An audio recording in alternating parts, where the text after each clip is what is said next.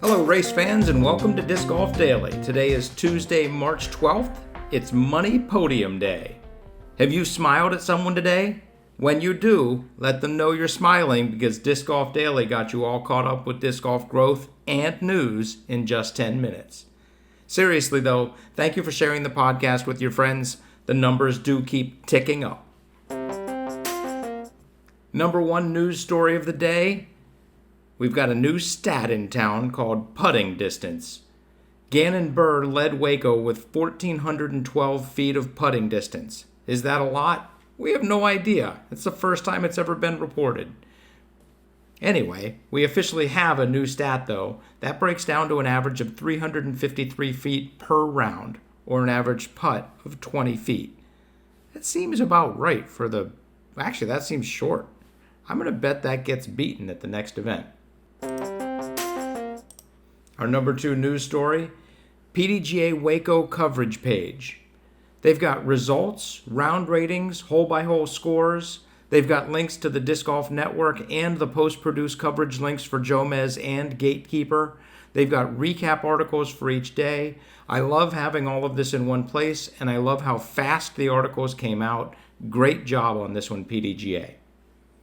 Also, my apologies for the acoustics. I am on vacation, and this room is not great. Anyway, our number three news story today, PDGA Approvals.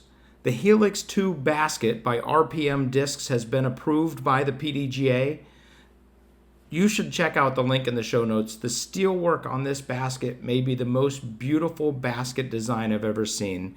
It looks like a flower coming out of the pole at the base of the basket. It's just beautiful work. Well done, RPM Discs. And the MD4, a new mold by Discmania, has been approved as well. Look for the new MD4 to be coming to a store near you soon. Story number 4, some quick Waco takeaways. Kristen still has it, but I'll predict it right here. In 2024, she will not be as dominant as she was in 2023.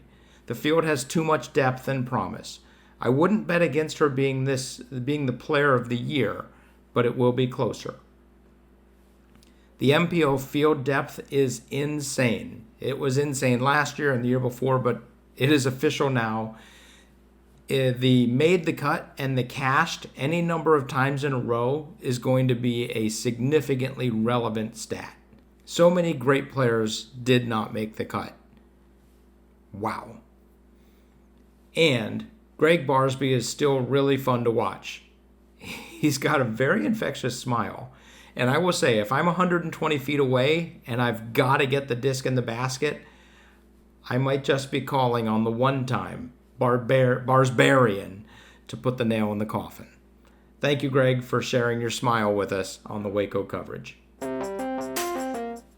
Our next news story, the Seattle Times has put out an article called SeaTac Disc Golf Course is Aces. I love the way they started out. Here's the way they start the article. Mark Twain once famously said, "Golf is a good walk spoiled." But even Twain might like disc golf. Thank you, Seattle Times. This article discusses the SeaTac Disc Golf Course, how much fun it is to play disc golf, and the fact that most courses are free to play. I love that major city newspapers have articles about going to play disc golf just because. There's no Pro Tour event in town. There's nothing special going on. Disc golf is just cool, and you should go try it. Thanks, Seattle Times. And our last news story of the day, catering to women grows women's disc golf. Case in point, the Michigan Women's Series is one of the reasons that the Grand Rapids Disc Golf Club has seen their female membership double from 2019 to 2023. It increased from 15 to 32.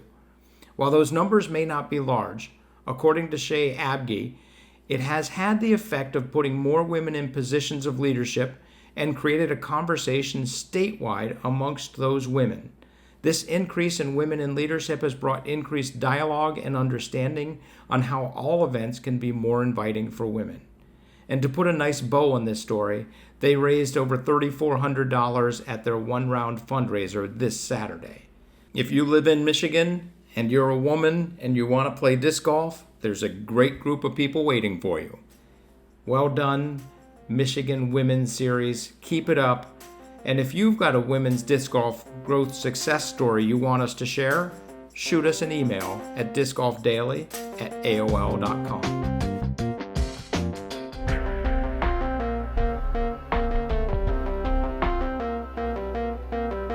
And we close it out with Tuesday's Money Podium Day. DGPT standings, Gannon Burr is on top with 194 points, Anthony Barella at 183, and Nicholas Antala at 150. That's your 1, 2, 3 on the men's side. On the women's side, Evelina 183, Holland 165, and Own 161. Evelina, Holland, and Own are your 1, 2, 3 on the women's side. Kristen Tatar has 125 points. We'll see if she gets some more after the next event.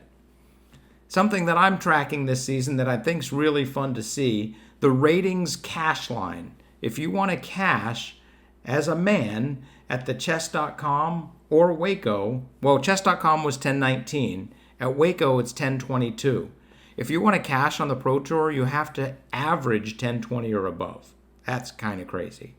And on the women's side, at chess.com, 943, and at Waco, 947. Almost 950 rated golf just to cash on the Pro Tour. PDGA top earners so far, Gannon Burr, Anthony Barella, and Luke Humphreys. Gannon's over $20,000 in earnings already this year. He's played 6 events. He's averaging almost $3,500 per event. On the women's side, Evelina, Own, and Kristen in that order. Evelina's got $8,200. Own has $8,005, and Kristen has $8,000. One interesting little tidbit about that, Own has played 7 events and has averaged $1,100 per. Kristen has played 1 event and has averaged $8,000 per. Pretty nice payday for Kristen there at Waco. We're also tracking team cash earnings. At this last event, Discmania had the most cash winnings. Their team members earned $24,000. Innova was second with $18.6 thousand, and Discraft was third with $16.7 thousand. The top earning team this year so far, just using the top 5 team members, Discmania, Discraft, and Innova, and the top overall team is in the same order, Discmania, Discraft, and Innova. Discmania's team has earned over $38,000 so far this year. And the last thing, I'm tracking if the payouts are going up just in general. And the way I'm doing this is I'm tracking the top 20 PDGA earners, and I'm comparing them to how that group did last year. So at this point in 2023, the top 20 PDGA earners had earned $89,343. At this point in 2024, they've earned over $150,000. That's 68% growth. Payouts are definitely going up in disc golf. And that does it for us today. If you have any thoughts, news, or opinions, shoot us an email at discgolfdaily@aol.com. Have fun, throw them straight, and hit the thin gap.